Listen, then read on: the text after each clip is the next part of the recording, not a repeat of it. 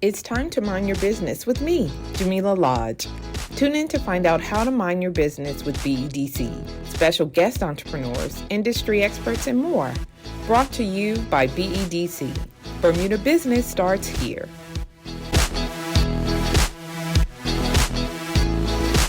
Welcome to Mind Your Business. It's very good to meet you. I'm Jamillah. We met prior to getting started, but you are Rakeem DeShields. Yes, I am. And you own The Factory. That I do. So today we're going to talk a little bit about your journey into starting this business. Before we do that, I want you to tell me about yourself, though. And I know you said you don't like doing that, but... I absolutely do not. But yeah, as you touched on, my name is Rakeem DeShields, and I am co-owner of The Factory. Okay.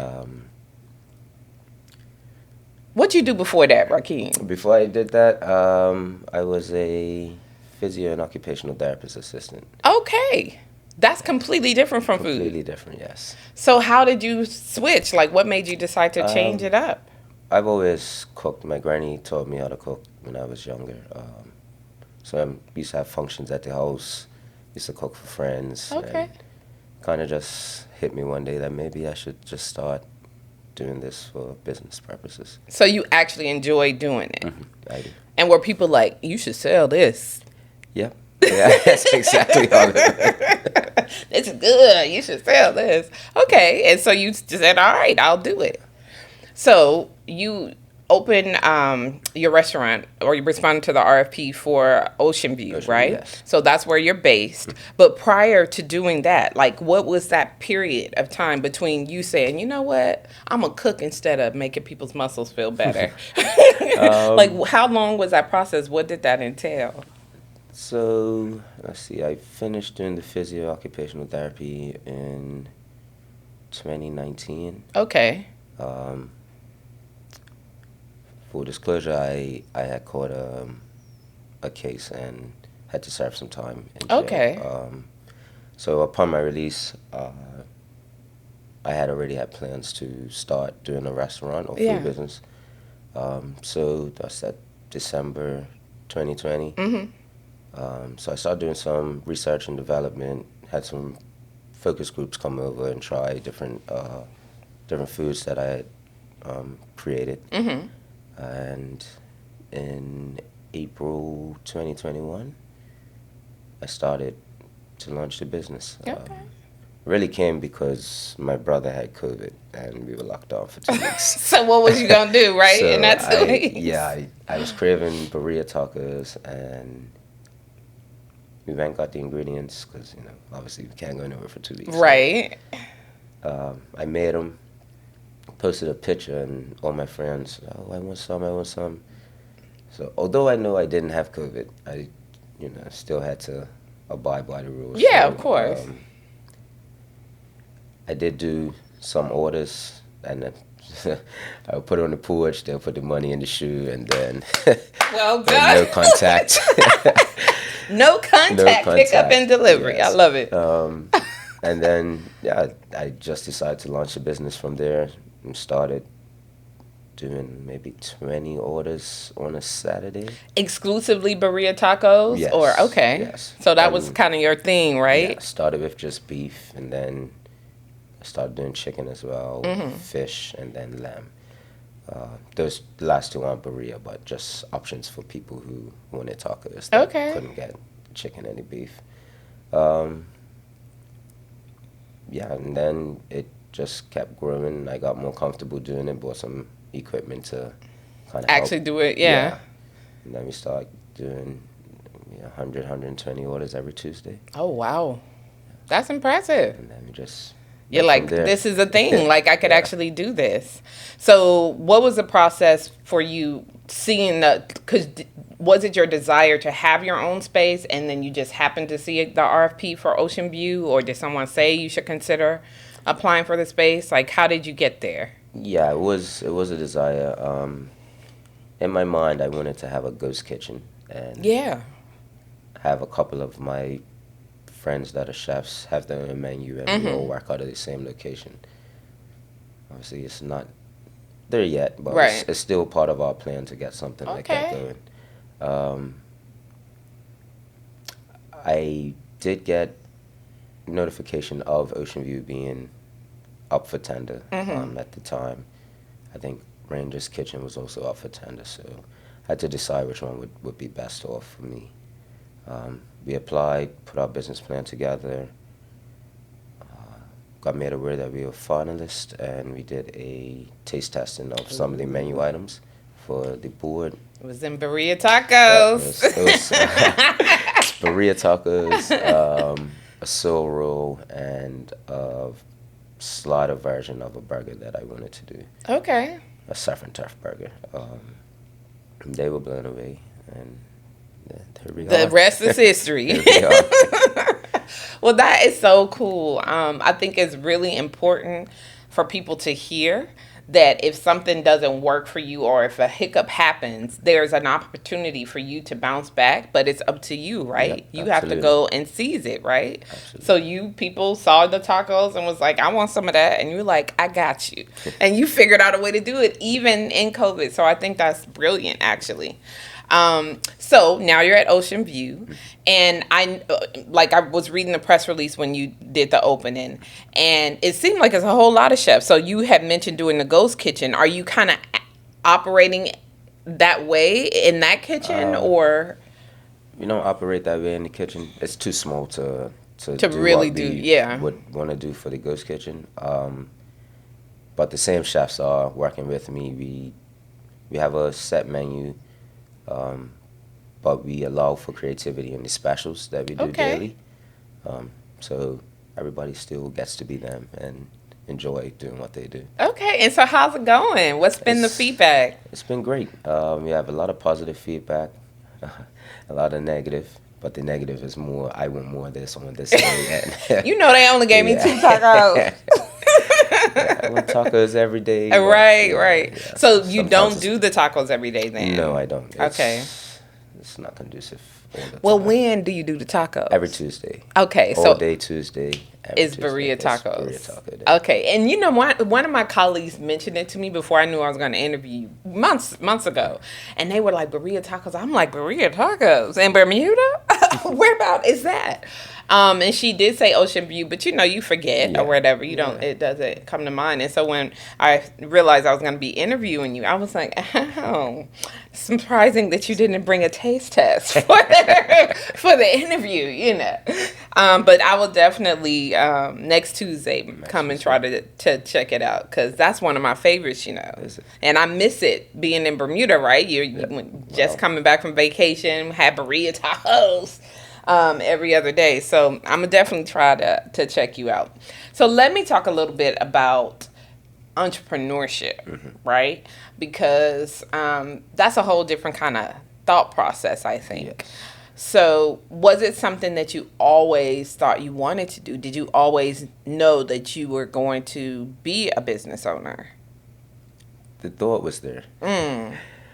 Yeah, I didn't used to like to listen to people all the time telling me what to do if, you can do it and do it well.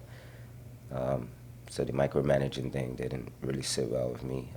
So I always had a thought that work for yourself, you don't have to deal with that anymore. So yeah, it was a thought, and thought came to reality. Put the work in and made it happen. But in your space, did you have entrepreneurs in your family or friends that were entrepreneurs, so you can see and kind of model that behavior? In the family, no.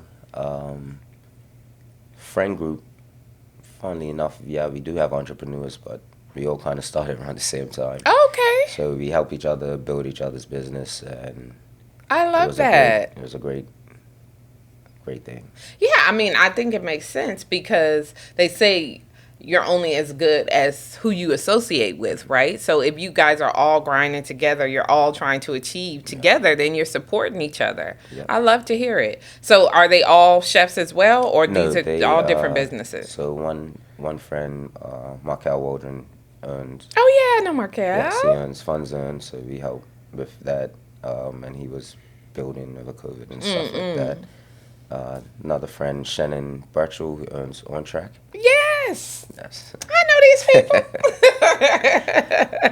That's lovely. I think it's important that you surround yourself with like-minded people, because people always say entrepreneurship is a lonely road. You know, nobody understands the struggle where you have to be chief everything officer, right? Like you got to do all the things. Absolutely. But it sounds to me like you have this sort of, you've created a kind of built-in support system for yourself, for each other, which is, that's what's up. I love that. We never thought about it like that, but that's what you did. Yeah. Like whether you knew it or not, that's exactly what you did. And so each of you can support each other. You know, like whoever got started first, be like, don't do that, because that that didn't work. You know, you need to do X, Y, and Z. So I think that's great.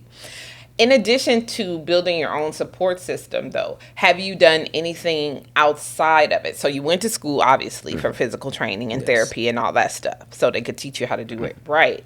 But did you do anything extra to prepare yourself for owning your own business? Like, you used to cook, and, you know, Grandma taught you how to cook, but have you taken any courses outside of that? Or no, you just... I haven't taken any courses, all self-taught.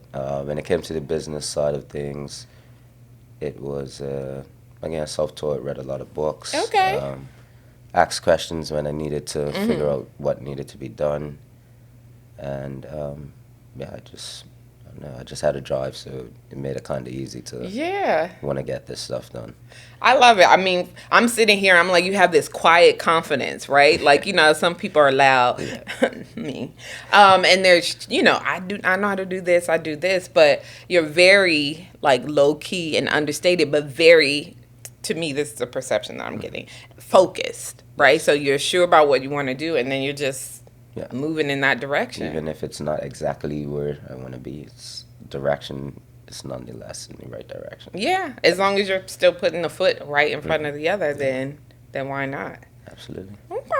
And there's nothing to say, like, I think I'm learning now as I get older and as I see the world changing around us. We used to think, like, you go to school, you get good grades, you go to college, you decide what you want to do, you take courses in that, you work for somebody else. So it was this whole kind of map or roadmap laid out for you, but it is so not like that anymore. No, you know what I mean? You guys get to chart, you're doing your own thing. You ain't even took no courses on how to make the birria, and then these are your top sellers, you know? That's pretty impressive. Yeah. Don't you think? It's amazing. I had a conversation not too long ago with a friend, and we was talking about like how we never had no mentors to tell us, like, you know, you can just get a degree in this and still do something else. Yeah. So it was a big learning curve for us, because he's a lawyer, but he's now in reinsurance. And okay. So yeah, it was nice. You know, it gives us a platform to kind of maneuver off of, and we can use that and try to pass it on to the next generations under us, and so they at least know, like, you don't have to do this traditional route, right? Which, well, was traditional nowadays. They're like, what you talking about? I don't need a degree. So speaking about mentoring, though, you didn't necessarily have your mentors, but what is your opinion of mentoring those who are coming up under you? Like, how do you envision that? Do you have plans to be a mentor? All that kind of stuff? I actually used to mentor high school and when I came back from college. It's kind of just being there, like as a young black male, just having somebody to talk to kind of help you figure out little things. It's not major things, you know. Life, you choose what you want to do, but you always need guidance somewhere along the road. So it's just being available and providing the right advice, you know. I'm always gonna mentor. We actually have, when we opened last year, we got some students in. One was an at-risk or higher at-risk behavioral young black male, and being around other black males that, you know, older and Bermudian, understand where he's coming from. It's helped shape him a little bit, and I've seen his growth. Still on him because he's still young. So it's a process, right? Still makes his mistakes, but he appreciates that he has us around. Yeah. So it's a big thing for us as well.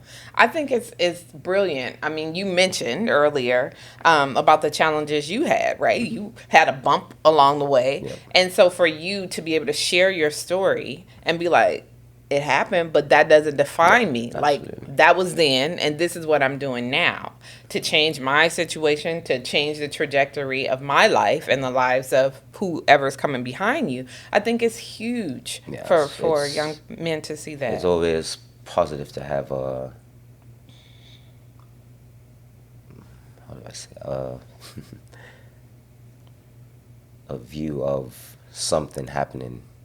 Doesn't have to happen to you, but at least you can see, okay, well, I don't have to be like that. No, there's another way. There's still life after. Yeah. You know? Yeah. So I try to let them know, you know, you're going to make mistakes. Things do happen. It's not what you do or did. Mm-hmm. It's what you do afterwards. Exactly. And I think it also helps them to understand, like, if you've been there, done that, right? Yeah. Like I always say, when we're teaching these courses and stuff about entrepreneurship, we always try to include entrepreneurs because I'm telling you, and you're like, which business did you start, ma'am? You know what I mean? Yes. Even though all of us who've worked here have, at some point or another, started a business, it's nothing like hearing it from someone who's walked that path, right? And then you can say, okay, I see, they did it, but they came out on the other side, right? So I can do that too. And I find a lot of the youths today are like that. They don't tell me, you got to show me that you can do it. If you can't show me, then I'm not going to listen. I'm not listening to you. So, you just saying words. Yep. You know what I mean? Like, you have to show me. So, okay, the factory. Mm-hmm. And we talked before we actually started recording about the fact that it started off as the food factory. Yes. And we've changed it to the factory. Yes, we have. So that it's not so specific. So I need, if you don't mind, you to just give me an idea about what your vision is for the factory. Like, where do you see it going? The vision, we have a lot of new works. We just haven't been able to implement them just yet. Okay. We want to start pairing foods with beverages that they coincide, they enhance the flavor. Other. Yeah. Mm-hmm. We have plans for doing that different like brunches but obviously we do different foods. So we do different foods. So we're trying to impose that we do a brunch with our brunch menu. Okay. So you do brunch now? No, we don't. Oh, I was going to say. We've done our little tastings and testings. Okay. But we haven't been able to roll it out yet. Can I put my hand Don't worry. up? Yes. Like, can I volunteer? We have a lot of little things in the works. Also want to start kind of a game show. Ooh, how fun is that? It'll be amazing. Still working out the logistics of it, but the idea is to have people like myself who have no official culinary background to face off with one another and make like a food competition. Oh, like Iron Chef or something like that. Something like that, yeah. Oh, but I'm here for it. Just without the actual culinary skills, right. Yeah, so I was gonna call it Paperless Chef. Okay. So still working on that. And so is this something that's going to be filmed, or how are you going to deliver it? Probably start as a YouTube series. Okay. So once we figure out the logistics, get certain sponsors on board, we'll start advertising for contestants, and obviously there'll be prizes. We'll have judges, and it should be fun. Oh, that sounds so fun. That sounds so fun. So this will then all fall under the factory. Yes. Then, okay. Now you mentioned that it's a co-founder or co-owner. Yes, co-owner. My business partner, Daniel Woods. Okay. All right. Is he a chef too, or No. okay? He's strictly on the business side. Okay. Yes. All right. Well, you need that. I mean, you're obviously great at cooking. right? People have confirmed they're paying you for for the food you make. So you definitely need the balance, right? So it's good that you have that. So was that happenstance, or did you go into it knowing that you guys were going to partner together? It was more of a when I was getting ready to do the tender applications. Okay. He helped with the business plan and getting it all put together and sorted. So from there, it kind of just made sense. It's like, I'm going to need you to stay right here. Help a brother I'm out. not going to bite off more than I can chew. Well done. I mean, you're a lot of the things that you're saying that you've just done are some of the basic like principles of running your own business. Like you have to recognize the things that you're good at and do those things. And then the things that you're not good at, you have to find someone or a team to put it together, to help support you. So what has been, I would say, the most rewarding thing about this whole journey for you? It's just the continued growth. Like I said, I opened an actual kitchen with never have worked in one, so and it was amazing. Like, every day was a challenge, but it was exciting. Yeah. And I'm a problem solver, so I enjoy a challenge. Yeah. But then I had the good help when we opened. I had a Keo Trot there to help out. He's worked in the kitchen. Keo Darrell and Jay Trot. So they've made the transition for me a lot easier. They've seen the growth in me just because they have culinary. Oh, so they actually have that. So they see the growth in me being when they're like surprised sometimes at some of the things I do. Oh yeah, don't worry. You don't have to actually show me. I pick up on things very fast. So it's been a blessing to have them there. Then without them, I don't think we are where you are. We are. Oh, that's nice. So shout out to them. Shout out, guys. Now I'm sure. There's a way to do things or book way to do things, like if you go to culinary school. But I'm sure you be up there breaking all the rules. They'd be like, wait, no, that don't. What you doing? How you going to put that? That's Jay. He's a head chef. He is definitely that person. Yeah. But he understands. Like, nah, you're cool. That works. It works. Yeah, it tastes good, right? As long as the outcome is what we want it to be, then it works. He shows me time to time different ways of doing things, which is beneficial. For efficiency's sake and all that kind of stuff, which makes sense. But I love food, so I love eating. And some people, they're like, oh yeah, I want to start this restaurant. And they focus all the things on what the restaurant looks like. And I'm like, but is the food good though? Like, isn't that like what you should start there and then build all the other stuff, right? Absolutely. Because if the food's not good, nobody's coming back. They're not going to come back. It'll be so pretty. And then they'll be like, yeah, but I can go down to that little hole in the wall and get something delicious. Very good. That, you know what I mean? I'm going to do that. So, yeah, I do think that you started off the right way, right? You were making tacos in your house for yourself and your brother. And you posted it, and they were like, ooh, sign me up. And they basically told you, yeah, we will pay you for this. And that's where it all started. That is so cool. That's a wonderful story to tell. So we talked about some of the things that you want to do for the factory in the future. What do you envision your ultimate goal to be? Because we talked a little bit about the ghost kitchen. So is that still on the table? If there's a viable location for it, yeah, absolutely. Because then it allows me to make business owners of other people. That's right. So all together, but this is your menu. This is you. So you put your heart and soul into something that you started. Right. It makes a lot of a difference. So that's still the end goal. Looking at also expanding and getting a mobile truck. Oh, yes. I don't really like the laws that are set right now for mobile trucks. What they say? It's a permanent location that you have to be in. Oh, I see what you're saying. So you can't move around? Yeah. It's me personally, unless I'm looking at figuring a way around it, a legal way around it. Yeah. Because you're a problem solver. Yeah, absolutely. Because I want to be in town for lunch, but then evenings I wanted to be in a different parish. Right. So I think I might have found a way to make that happen. Okay. I believe that you have found a way to make that happen. I'm confident. Just have to cross the T's and dot the I's. Based on our conversation, that you have definitely found a way to make that happen.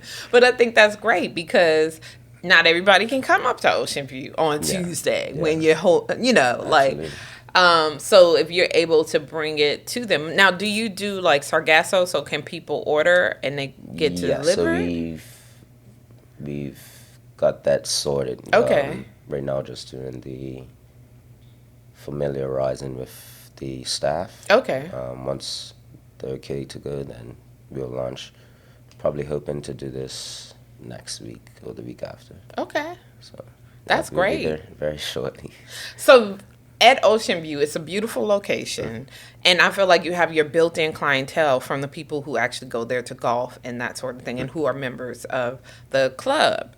But do you know how many of your clients or your patrons are exclusively Ocean View members, or are people coming to get your food who are just like me? I would say 80% of our daily is my following from when I was doing it from my house. Okay. The Ocean View members and golfers, they're there.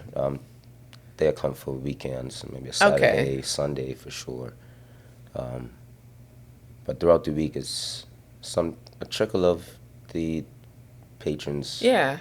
But it's mainly still. Wow, that's impressive. So they come all, like, because you're not in town. Ocean View's not in town. It's not too far, but it's too far. It's still, you know what I mean? Like, for me, I'm going to have to get in the car and go up there and get my tacos, which I'm going to do next Tuesday. But the fact that you have that following and you're not in town is very, very impressive. Do you have any goals of opening other locations, or you're focusing on Ocean View for now? We're always looking for another location. We've had this conversation about getting something more central in town and somewhere further up the country. Mm-hmm. But that if you did the truck, then you could just absolutely. You can be where you need to be, right? And just have a home base. Yeah. Okay, I see you. I like how you're thinking. So now let's talk a little bit about some of the things that you've learned, right? As you've gone down this on your entrepreneurial journey. What are some of the biggest challenges that you faced that you overcame?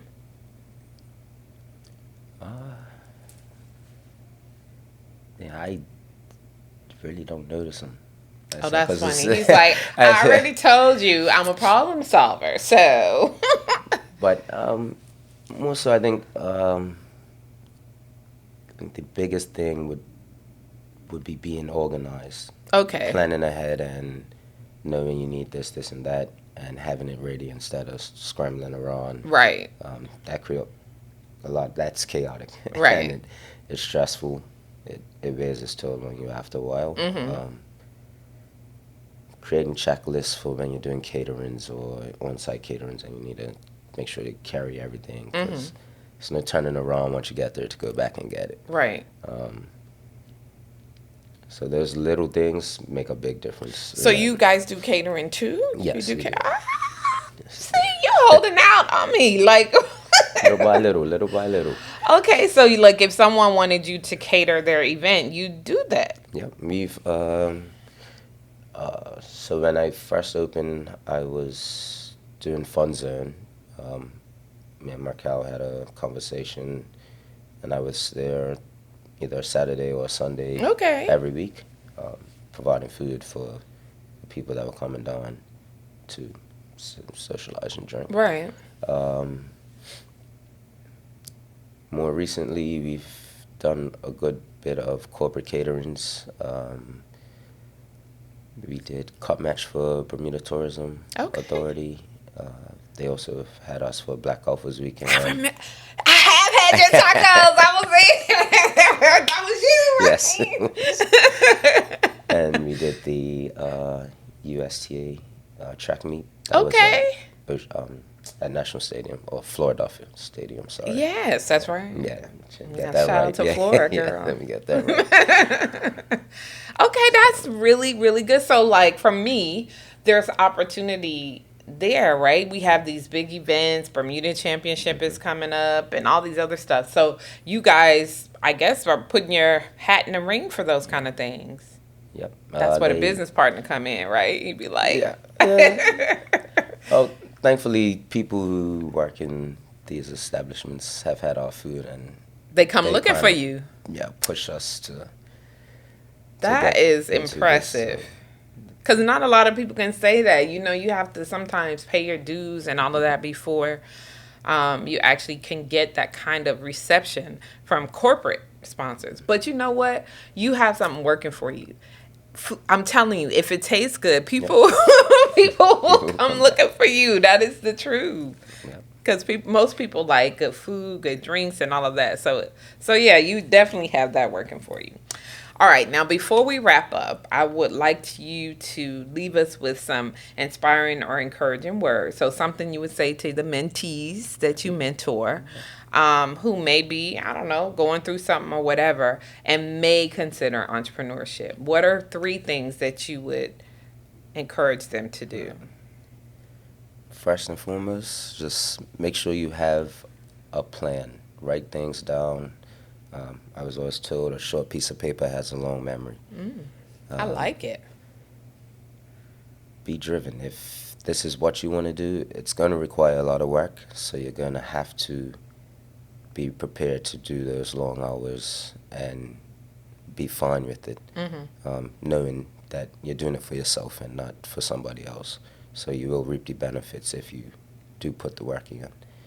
And just be gentle with yourself. You're going to learn a lot about yourself during the journey that's going to make you a better person. For me personally, my patience level is going sky high. Things don't fluster me. I'm not frustrated, you know. And you learn a lot. Kind of made me a better man in essence, and it will make you a better person as well. I love that. Applause all around. That is awesome. I really, really thank you for coming and sharing a bit of your journey with me. Thank you for having me. Whoever hears this is going to be impacted. I certainly am. And I can't wait to see what you do. And if there's any way that we at the BDC can help you and support you along this journey, please don't hesitate to come and seek us out, okay? I will not. All I'll right. be here.